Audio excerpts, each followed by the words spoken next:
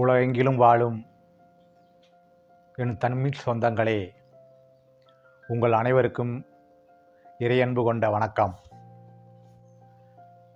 நம்ம அந்த உடல், உணவு, உணர்வு இதனுடைய அடுத்த பகுதிக்கு நம்ம வந்திருக்கிறோம்.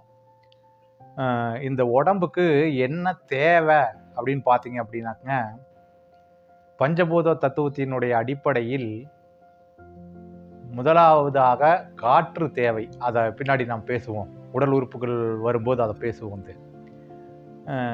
ரெண்டாவது நீர் தேவை.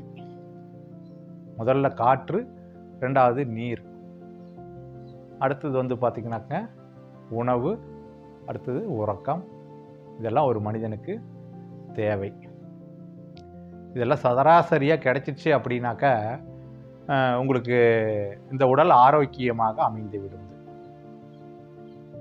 இந்த உடம்புல பார்த்தீங்கன்னாக்க வாத, பித்த, கபம் அப்படிங்கிற 3 பகுதிகளாக பிரிக்கிறாங்க. வாதத்தில் ஒரு குறிப்பிட்ட பகுதி இருக்குது, பித்தத்தில் ஒரு குறிப்பிட்ட பகுதி இருக்குது, எல்லாத்துலேயும் கொஞ்சம் கொஞ்சம் இருக்குது. அதில் உள்ள பார்ட் நிறையா இருக்குது உள்ளுக்குள்ளாரந்து.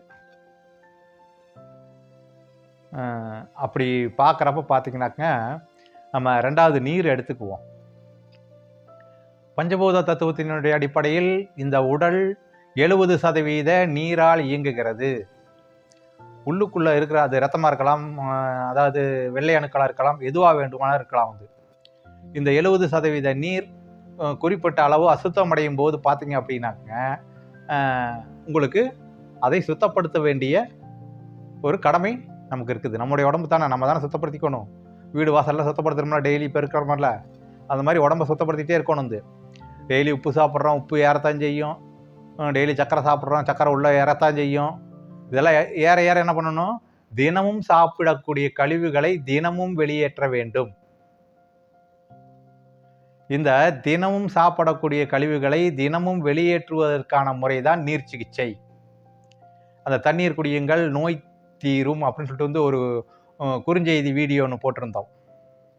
அதை நிறைய பேர் பார்த்துருப்பீங்கன்னு நினைக்கிறேன். இல்லைன்னா பாருங்க. அதனுடைய அடுத்த பகுதி தான் இது நான் பேசிட்டு இருக்கிற இந்த விஷயம்.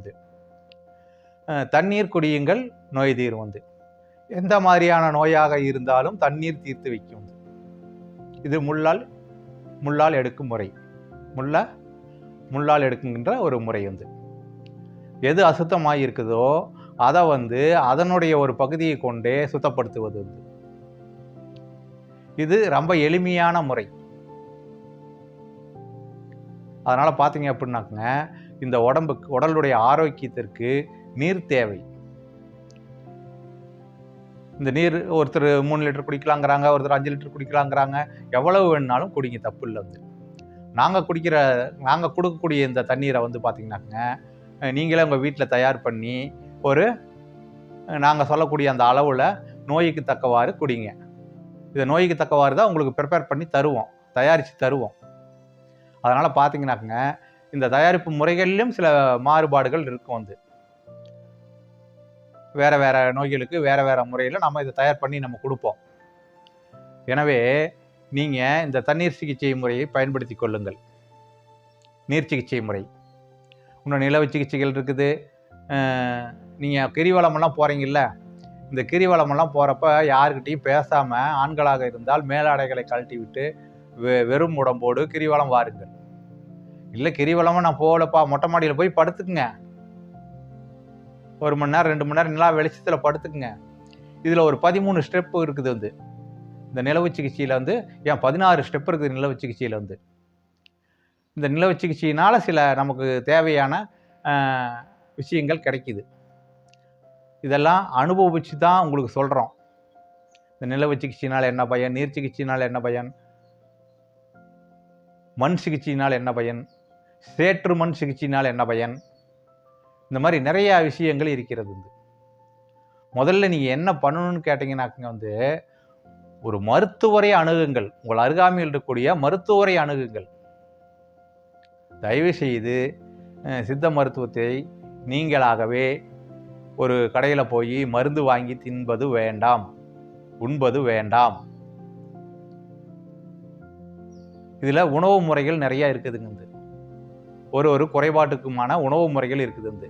இந்த உணவு முறைகளை நான் உங்களுக்கு விரிவாக நான் சொல்லுவேன், ஒவ்வொன்றா சொல்லுவேன். அது நம்ம எதையுமே இந்த மீடியாவில் சொல்ல முடியாத சூழ்நிலை. என்னன்னு கேட்டிங்கன்னாக்குங்க, அதை நீங்கள் தவறுதலாக பயன்படுத்தி விடுவீர்கள். அந்த உணவு முறையை மிகினும் குறையினும் நோய் செய்யும். அதிகமாக சாப்பிட்டாலும் நோய் செய்யும், குறைச்சி சாப்பிட்டாலும் நோய் செய்யும். இந்த ஒரு குறள் தாங்க. இந்த ஒரு குறள் பல வகைகளில் பயன்படுத்தி கொள்ளலாம். அன்னைக்கு ரத்தத்தில் மிகினும் குறையினும் சொன்னோம், இன்னைக்கு உணவுல மிகினும் குறையினும் சொல்றோம். எவ்வளோ அற்புதமா அந்த தமிழ் ஆராய்ச்சியில கொடுத்துருக்குறாங்க பாருங்க. முழுமையான தமிழை கற்றுக்கொண்டால் சித்த மருத்துவத்தில் ஏராளமான விஷயங்கள் இருக்கும். ஒரு முறை சித்த மருத்துவ புத்தகங்களை படிக்கும் போதும் ஒரு மாதிரியான கருத்துக்கள் வரும். இந்த கருத்துக்கள் எப்படி வருது? ஏன்னா நம்மளுடைய மனமும் அறிவும் காலத்துக்கு ஏற்றாறு போல, நம்முடைய அனுபவத்துக்கு ஏற்றாறு போல மாறிக்கொண்டே இருக்கும். இந்த மாறிக்கொண்டே இருக்கிற பட்சத்தில் அதனுடைய தன்மைகள் மாறுபடும். எனவே இப்போ நானும் நிறையா மருந்துகள் பண்ணியிருக்கிறேன், லேகியங்களை கொடுத்துருக்கிறேன், சந்தூரங்களை கொடுத்துருக்கிறேன், எல்லா முறைகளும் பண்ணிருக்கிறோம். நம்மளே ஒரு 6-7 மருந்துகள் நம்ம தயார் பண்ணுறோம். அதில் இந்த நீர் சிகிச்சையை நிறையா பேர்த்துக்கு சொல்லியிருக்கிறோம், நிறையா பேர்த்துக்கு கொடுத்துருக்குறோம். நீர் சிகிச்சையை ஏராளமானோர் பயன்படுத்திக்கிட்டு இருக்காங்க. அது எளிமையா காலையில் ஒரு 1/4 லிட்டரோ 1/2 லிட்டரோ தண்ணி குடிக்கிறதுக்கு உங்களுக்கு என்ன ஏற்போகுது? அதை நாங்கள் கொடுக்குற அதை பக்குவத்தில் அந்த தண்ணி குடிங்க, வாங்கி அதை பருகி பாருங்கள். குடும்பத்தில் இருக்கிற அத்தனை பேரும் பருகி பாருங்கள். ஒரு மனிதனுடைய ஆரோக்கியம் என்பது முழு குடும்பத்தின் ஆரோக்கியம் தான். ஒரு தனி மனித ஆரோக்கியம் இல்லை, குடும்பத்தில் இருக்கிற எல்லோரும் ஆரோக்கியமாக இருந்தால்தான் நீங்கள் ஆரோக்கியமான மனிதனாக இருக்க முடியும். குடும்பத்தில் ஒருத்தர் உடல்நலம் சரியில்லாமலும் ஒருத்தர் ஆரோக்கியமாகவும் இருப்பார்னு சொல்ல முடியுமா? எல்லோருக்கும் இன்றைய உணவு முறையில் நோய் நாடல் என்பது இருக்குது, நோய் தொற்று என்பது இருக்குது. அதுவும் இந்த கொரோனா லாக்டவுனுக்கு பின்னாடி பார்த்தீங்க அப்படின்னாக்க நிறையா பேருக்கு பார்த்தீங்கன்னாக்கா நுரையீரல் சார்ந்த பிரச்சனைகள் இருக்குது. அது ஏன் காற்றினுடைய மாசுபாடுங்கிறாங்க, நிறையா விஷயங்கள் சொல்கிறாங்க, அவங்கவுங்களுக்கு ஒரு கருத்து சொல்கிறாங்க. அந்த கருத்துக்குள்ளாரையெல்லாம் நான் வரல. உங்களை தினசரி புதுப்பித்துக் கொள்ளுங்கள். இன்று புதிதாய் பிறந்த மனிதனாக மாறுங்கள். இதைத்தான் நம்ம சொல்றோம். தினசரி நம்ம உண்ணும் உணவை கழிவுகளை வெளியேற்றி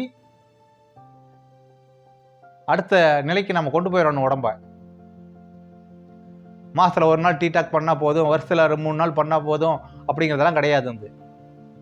இந்த டீடாக்ங்கிற முறை இப்போ நிறைய பரவிக்கிட்டு இருக்குது. அப்படியே டீடாக் பண்றேன் எல்லாரும் சொல்லிட்டு இருக்கிறாங்க. நம்மளுடைய ராஜபேதி மருந்துகள்லாம் இருக்குது, ஒரே நாளில் குணப்படுத்திடுறது. உடம்புல இருக்கிற பிரச்சனைகள் அத்தனையும் அது நிறைய மருத்துவர்கள் அனுபவமாக நமக்கு சொல்லியிருக்கிறாங்க, அனுபவமாக கொடுத்துருக்குறாங்க. அந்த மருந்துகள் எல்லாம் சொல்ல முடியாது, சொல்லிட்டு நீங்க போய் தேடினீங்கன்னா அந்த மருந்து கிடைக்காது. சில மருத்துவர்கள் தான் அந்த மருந்துகள்லாம் தயார் பண்ணிட்டு இருக்கிறாங்க. அதனால ராஜ வைத்தியமெல்லாம் இருக்குதுங்க சித்த மருத்துவத்தில். அதில் ஒரு ராஜ வைத்தியம் தான் இந்த நீர் சிகிச்சை முறை. குடிச்சு பாருங்க. ஒரு தண்ணி தானே குடிக்கிறீங்க, ஒரு 15 நாளைக்கு குடிச்சு பாருங்க. ஒரு மாதம் தான் குடிங்களா, என்ன ஏற்போகுது? இப்போ லட்சக்கணக்கிலேயே செலவாக போகுது. அதனால் பார்த்தீங்க அப்படின்னாக்கா இந்த தண்ணீர் குடியுங்கள், நாங்கள் சொல்கிற மாதிரி கொஞ்சம் வழிமுறைகளை பின்பற்றுங்கள், எல்லா நோய்களையும் குணப்படுத்திக் கொள்ளுங்கள். என் தன்மை சொந்தங்கள் அனைவருக்கும் நன்றி கூறி விடைபெறுகிறேன். நன்றி, வணக்கம்.